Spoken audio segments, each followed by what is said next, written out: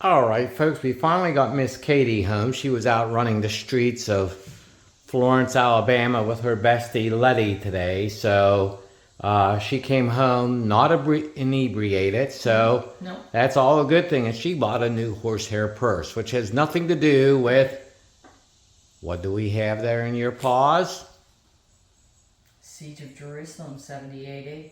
Now, what we've been watching lately, we just got done watching up to all the ones that are done, the Chosen.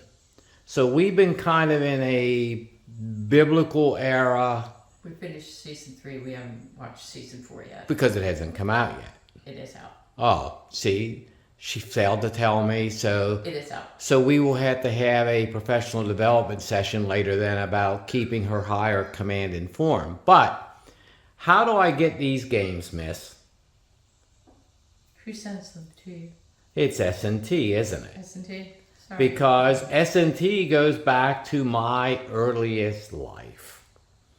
Pre-you. You had no life before me. That's Well, what you would tell me. Well, that's probably true. But the thing about this game is, as I noted in my comments, I would probably have bought this game anyway because we're interested in this subject, and it started with the Masada game of Gary Graber's. So, it's an area that speaks to Miss Katie, because Miss Katie likes the biblical era. In fact, we bought recently a large compendium and atlas of the ancient world on that. So, we're excited to play this one. I've already paid for it. And it's kind of a good day. And we got to do another one then on The Traces of Hubris, which is the Stalingrad campaign. But first, we have to take our new daughter outside, who is Lucky, who had strikes against her. Like how I worked that one in? My father's favorite cigarette, Lucky Strikes. Oh, wow. All right, folks, what is she supposed to do? Bye-bye. Bye-byes.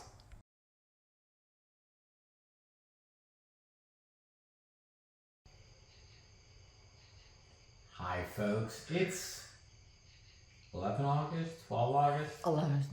11 August, 2024. We had a good time outside tonight with our new kitten, Lucky, who is now a she. Not because of an operation, but because we got some wrong information and... Gender misidentification. Yes. Lucky is a girl. So we have, instead of a new son, we have a new daughter. We have a daughter. So, it is what it is. But anyway, new game from Decision Games from our Strategy and Tactics subscription.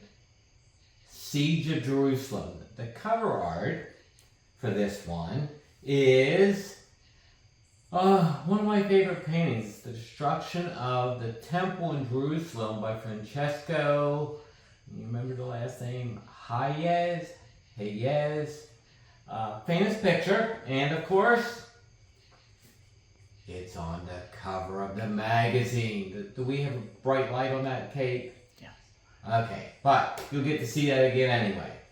So we have that. I was surprised to see that the game is only 5 turns. Nice. So, which means there has to be a lot of subphases, and when I looked in the rule, guess what there are? There are a number of subphases. Good counter work here by Jose Ramon Farah. I will show, of course, that closer than what you see. There are 2 sides. But Smitty, there's a couple different colors. Well, there's the Romans, which are red and a light red, which kind of looks like a pink or a salmon to me. And the 2 Jewish factions, which are blue and green. Okay, we got 3 different factions here sort of playing against each other. Well, maybe not Jewish factions, Judean factions. Let's call them right, the Judean factions. Now in the rule book for the Simon Force, which is the blue one, they use black font to identify it, and you would go blind trying to read it. Why somebody didn't look at this and say this needs white font for someone to be able to read it is just, it's silly. I don't understand why you would do that. It's a standard decision games map of this type. It's probably good for 2 players. It sucks for the solo player because one side or the other side. Makes it harder. What I would probably end up doing is scanning some of the various tables that are along the side and putting them in a format and putting them up on Board Game Geek to make it easier for a player to use them. As it is, it's usable on one side or the other side, or to walk back and forth. I suppose you can do that. It just makes it a little more cumbersome. But that's for the solo player. For 2 players, it's perfectly set up. I might have made some of the font darker on the map, but that might have also ruined the effect of what they were going for. Such as it is, it works. You can read it easy enough without my glasses on here, but I might have gone with a slightly darker font. Elite units in the game on the counter sheet have a colored box around them to identify that, well, they're elite units. And you can actually read the numbers on it, so good job on the counters there. 1 sheet of counters, that's all we have. In this game you have infantry units, cavalry, auxiliary units, siege engines, battering rams, scorpions, i.e. the Roman artillery, which also the Judean forces have, and the infamous Roman ramp that they will build to get up into your city and come in and destroy your way of life. Same thing they did at Masada. So, each side also has a series of command markers here and there, and there's also these really nifty rubble markers because the Roman gets victory points for rubbling the city. Makes sense. The rules, the initial sensing is kind of dense, and part of the reason I say that is because I swear the font size in a Miranda game is always smaller than the font size in a Bomba game. They seem clean on a first quick read, but again, they might be a little dense because in order to convey what he wants to do in the 5 turns, there are a number of subphases. And there's also, since it's a Miranda game, there are things like stratagems and such because, well, we're playing a little bit on the political side, which also goes to this siege. Gameplay, well, folks, it's unknown. It's an unboxing video, but I will post some notes on the YouTube channel as to give an idea how gameplay is proceeding at this point. Back to the rules. There aren't many graphic illustrations at all or examples in the rules, which I don't know if that's something to be concerned about or not. Might have been useful to have several just to convey a flow and to make the gameplay perhaps a little more comfortable. I'd have done that. It seems the game engine are of course the command markers that you pick those and that will influence the way your turn goes. Miranda's theory, I'm supposing, behind it is actually models the actual chaos of the battle, which I think it says in the BGG write-up of this game, but it also prevents a standard game plan and it adds greater unpredictability to the game and makes for greater replayability.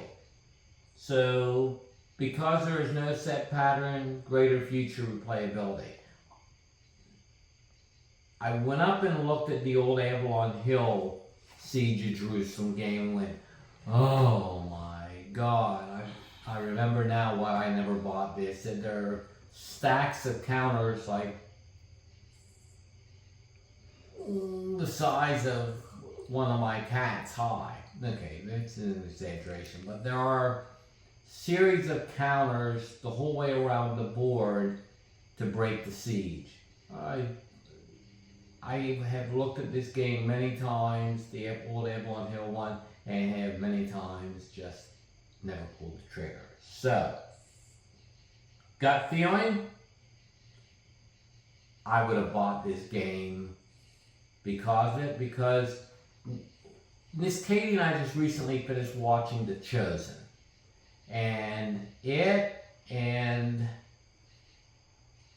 a movie about a Roman centurion who's chasing down the Messiah, who has allegedly been crucified, has renewed my interest in this, along with Gary Graber's game, Masada. So this has become an area of new interest, so we're somewhat excited by this. We hope it's not going to be onerous. I know there are folks who think that Miranda games sometimes tend to be onerous. Miranda has hit more solid base hits with me recently than not, so I will go with that. I think it will be okay. It feels a bit programmed in terms of structure of play. I'm okay with that for this kind of game because I think it will work well enough. Rules, 16 pages, standard rules, standard glue on the back, works well. Got a new book on it. Had not even opened it yet, it just showed up yesterday. For the Freedom of Zion, Guy McLean Rogers. There are a number of books out there to include Flavius Joseph, who was one of the Judean leaders who surrendered to the Romans and became a turncoat and got adopted.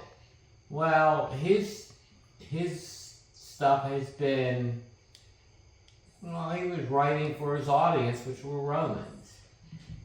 This book has received very good reviews, and one of the reasons I got it was because folks from the Tel Aviv University in Israel muchly liked it. And that was kind of the tipping point for that. So, new game, short thing. You all saw Miss Katie earlier today talking. So, I will then be looking at this stuff in greater detail, a quick scan of things for you. So, thanks folks. We'll be seeing you in a minute again on the next segment.